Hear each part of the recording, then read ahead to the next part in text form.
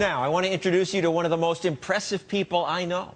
I first met him maybe 15 years ago. It was one of those lunches with some economist from South America, had some ideas about solving poverty. I go to lunches like that because it bugs me that America's so rich. Well, most of the world is poor, and the world hasn't figured out a way to give them what it was that gave us the power to prosper. So I go to the lunch. I'm skeptical, but there sits Hernando de Soto of the Institute for Liberty and Democracy. It's a think tank based in Peru, and he starts pulling these pictures out of his briefcase. The pictures show slum dwellings built on top of each other, much like this. And de Soto went on to explain, well, I'll let you explain it. What do these pictures show? These pictures show that roughly about 4 billion people in the world actually build their homes and own their businesses outside the legal system, so it's all haphazard and disorganized. But because of the lack of rule of law, the precision, the definition of who owns what, and because they don't have addresses, can't get the credit, can't get What do you mean they don't have addresses? Well, to get an address, somebody's got to recognize that that's where you live. That means that there's legal recognition. Legal recognition means property. When you've got property, you know you've got mailing addresses, and when you make a deal with someone, you can be identified. At the end, the second characteristic of identity is your address. You go anywhere, they say, what's your name? And the second thing is, where do you live? Until property is defined by law, they can't get into the kind of deals or the division of labor, which is cooperation with other people to specialize and create wealth, because that's what makes you wealthy. The fact that you don't have to milk a cow every day, you don't have to work your land every day, you don't have to build your own house. You can stick to doing a TV program, or you can do this part of a BlackBerry, and the whole market puts it together. These guys can't. They've got to do their whole building, take care of it, and they can't specialize, and that's the reason of their poverty. The day that they get titled, the day that the businesses in their homes, the sewing machines, the cotton gins, whatever it is they've got there, the car repair shop, finally gets recognized, they can start expanding. They can start using scale. But they need to be recognized by someone, local authority, who says this is yours. They need to work within the law. Many of these places barely have law. That's right. So they take a risk. They just work a deal with the guy on the first floor and they build their house on the second floor? That's right. Probably the guy on the first floor who had the guts to squat and make a deal with someone from government who decided to look the other way has got an invisible property right. You know, it's not very different from when you Americans started going west all the way to California. Like, for example, the California Gold Rush. The land didn't belong to them. Hey, the country didn't belong to them. It was Mexico. But you went in there, you put 800 Mining Claims Association, 3 million Americans, big guns, and after a while you decided, why keep on shooting at each other? So between 1848, say 1856, and the beginning of the 20th century, you went out, created a private property system that brought in banks, and you created prosperity.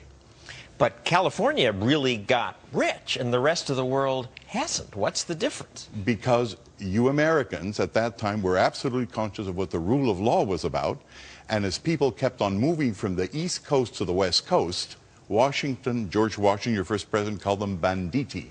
You bandits don't have a right to be there. And Congress came around and said, oh, yes, they do.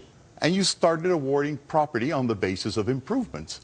We didn't always have deeds in America. Before deeds and rule of law, American settlers worked out their own generally accepted rights to property. So in certain areas of the United States, they had tomahawk rights, which meant those areas where you shaved off part of a tree. Probably somebody else shaved part of the same tree to indicate that they had accepted it. In some cases where they grew corn, for example, the corn grew from here to there, and that established a right from here to there. So those were actually called corn rights. It was an improvement on the land that gave you the title to it because you had worked it. China is still developing such property rights. But in much of the countryside, the past prevails, and the land is owned collectively. The whole notion of property rights has been pretty alien to formerly socialist countries because right from the beginning, Marx said it. In the 19th century, property is theft. But compare the countryside to cities like Shanghai. I visited Shanghai about 30 years ago, and none of these buildings existed at that time. It's incredible what happens when you just change the rules of the game. What should the rules of the game be? The rules of the game have to say and recognize who really owns what. Because how you relate to the assets you have determines how you relate to your neighbor and the rest of the world. We work on paper and plastic, and if you don't have what you own on paper and plastic, you will not be recognized according to standard rules and you can't play the game. This idea of a deed protecting property seems simple, but it's very powerful. It allows all this commerce between total strangers that wouldn't happen otherwise. It applies to more than just skyscrapers and factories. We at Fox Business cover stock markets. DeSoto taught me that they only work because of deed-like paperwork that we trust because we have rule of law. What I'm trading today is roughly 1,000 futures contracts. That represents about 40,000 head of cattle. I never see this cattle. I actually have never been outside of Chicago to the west to see where these animals are. In the United States and Western Europe, your documents go to the market and practically work for you and think for you. In the developing countries and most of the former Soviet Union, the majority of people actually have to bring their animals to market. People in the developing world have cattle, land, and houses the same way they do in the Western world. What is missing is the rule of law. And you say if they just had rule of law, they'd be as rich as we? Oh, yes, of course. But let me tell you, bringing in the rule of law is no easy thing. You're trying it now in Iraq, you ain't getting there. You're trying in Afghanistan, you're not getting there. You started your work in Peru, trying to establish property rights there. You were an economic advisor to the president, and you reformed permit laws to the extent that other countries now invite you to go to, you've gone to Russia, Libya, you met with Gaddafi. 23 countries, Egypt, Honduras, Philippines. So the leaders of these countries, they must get that they're doing something wrong. They get it easier than a North American because, you see, the people who brought in the rule of law and property rights into the United States were in the 18th and 19th century. They were your great-great-great-great-granddaddies. You can't remember that. But in the case of these guys, they see that they're poor relative to your wealth. So it's easier for them to say, where's the difference? They're constantly looking for it so they can recognize it much faster. What we didn't realize over time was that the fact that you could determine that a piece of land went from there to here, you could also do it with a movie script. And you could also do it with an idea, with an invention. And once that there was certainty after who owned what, all of a sudden we started seeing that people trusted the paper more than the object itself because we'd found through law ways of standardizing it and recognizing it. And on top of that, you built a stock market and you built all that leveraging, which has got you into some kind of trouble now, but without which you wouldn't have gotten where you are today. Property rights gave us the power to prosper. Thank you, Hernando DeSoto. Thank you, John. We will be right back.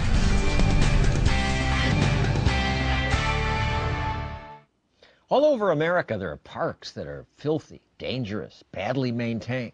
The governments in charge of them say, what can we do? Budget cuts took our money. We don't have enough for maintenance or security. That's what they say. So do we let the parks rot? Let them become havens for drug dealers, prostitution, violent crime? This park was known for that. And yet, now it's nice. It's Bryant Park, just a few blocks from the studio. What changed it? This man changed it. He's Dan Biederman. He essentially privatized the park. Now he wants to do the same thing to the Boston Common. And that's a terrible idea. It's just Shirley Kressel, a Boston journalist. So, Dan, you first. How'd you save Bryant Park? Well, first, John, you've got to make the park great if it's going to attract private funding. So security, sanitation, horticulture, great lighting, and a lot of programming to draw people into the park at off hours so that it's always safe, because the best safety for park is not a tough security force, but a lot of people in it. Private funding meant you got the businesses around the park to cough up the money. Once the park was great, there were four principal sources: the businesses around the park, real estate owners, concessions, events, and sponsorships. And since 1996, we have not asked the city government for a single dollar. Shirley, sounds good to me, and the park looks great. What's wrong? Well, the park looks good, but it could be better, and it could be public. Well, what's now, wrong with sucking the money from private businesses, as Dan does? Because it goes into private pockets. So what? This is because it's very good to use, for Dan, to use the public land for running a private business, a rent-a-park, where, you know, all year round there's commercial revenue from renting it out to businesses. He keeps all that money. People don't realize that. I was in the park yesterday. I walked around. I did a little survey. I asked 20 people if they thought this money was going to the city, and they all think it is. So, But so what if they think it's going to Mars? The park's nice, and the taxes aren't being hit for it. it wouldn't hit the taxes, and the because we have the money left over, and the park could be just as good. Well, Shirley, it certainly is true that the park is very commercial these days. We were just there. There's lots of buying and selling going on. The day I was there must have been 100 booths selling food and holiday gifts. Very commercial. On the other hand, the public seemed fine with that.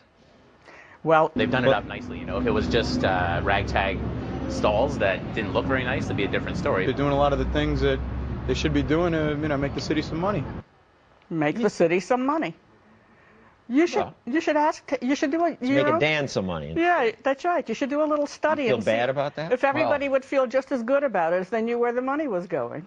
It's delightful that the public thinks this is a city-run park. That means it's very public. Nobody has viewed it as privatized.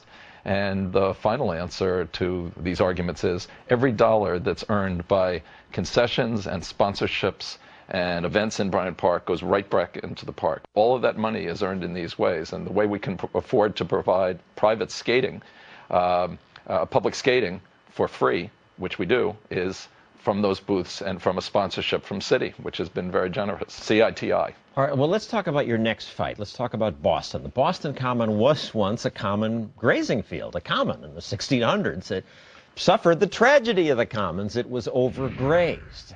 Now it's a park. It's been managed by government for about 400 years.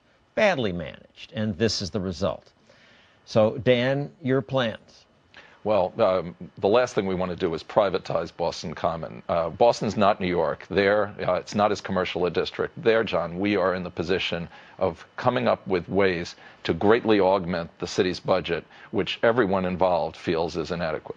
So get the people around the park to pay most of the money. And no, private companies, the Central Park model is a little tougher to... The Central Park model, just for clarity, and I have a bias here, I'm on the board of the charity that helps manage Central Park. I joined people because I saw what they did to Central Park. Here are some before and after pictures. When government managed Central Park, it was barren and dangerous. And now it's wonderful. But the model is that I give money, people who live around there just give money. It's not a business arrangement. You're doing some mixture of that in Boston, as you're proposing. Correct. It would be a mixture. You can get a lot of money from private sector companies from sponsorships where they don't demand a billboard. They demand almost nothing. You give them a little small plaque of attribution, and they will put a lot of money into the park. That? Well, yeah, we already have the plutocrats, and now we're going to get the corporations, the best of both worlds. First of all, it's not. The point isn't what the size of the billboard is. The problem is that we don't need to do this, and we don't need to. What's the harm in doing it? To teach our next generation of children that the only way they can get a public realm is as the charity ward of rich people and corporations. We can afford our public realm. We're entitled to it. We pay taxes, and that's the government's job. This is not a model. This is not a model. It's a good model. It's not a model. We have to hold our government accountable. I don't know what will And happen there's in the no rest of the reason not country. to. It's working in Central Park. It's working in his New York City park. Why not try it in Boston? Well, it's working for your corporations, and it's working for your billionaires. Working for the public. It's not, because these people, the money bags, get to decide how the park is used and who goes there and who do they keep out? and who the desirables are and who are the undesirables. Who are the undesirables that are kept out? Undesirables are primarily homeless people, which are always the first thing on the list of how to deal with the homeless people. Want more homeless people in the parks? Well, homeless people have to be somewhere. If we don't make a system that accommodates people who don't have a place to live, they have to be in the public realm. I think unless you can suggest something better.